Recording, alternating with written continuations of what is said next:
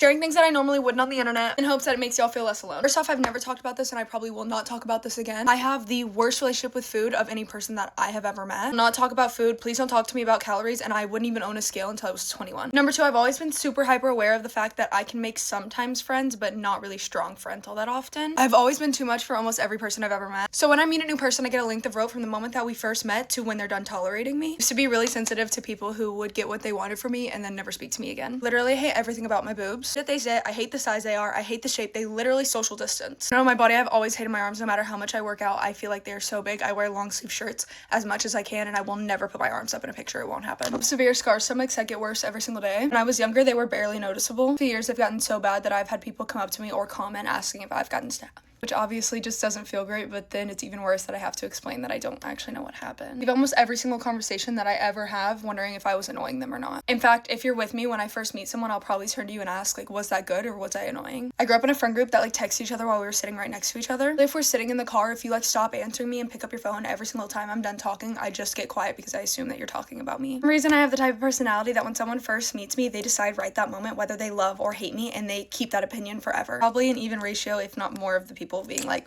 I don't like you. My first introduction with people, if the vibes are weird, I just kind of assume you're with the others that also didn't like me. I'm not very open about talking about my relationship. I don't want your opinion. I don't care. I actually care a whole lot. As of the way my brain works, I'm typically emotionally liable, so I will look at how other people react so I can see how I need to react, so that way I don't overreact, because I do a lot of the time. With that, I also have immediate reactions that I don't mean, and sometimes I can really mess things up by acting on them. Does this help somebody out there? Remember that social media is just a highlight reel, and most of the time it's literally fake. Coming from somebody in the social media world, it's fake. I hope people like this video because it was not easy to make. Love y'all and hope y'all have an incredible New Year's. Remember to like and follow for more.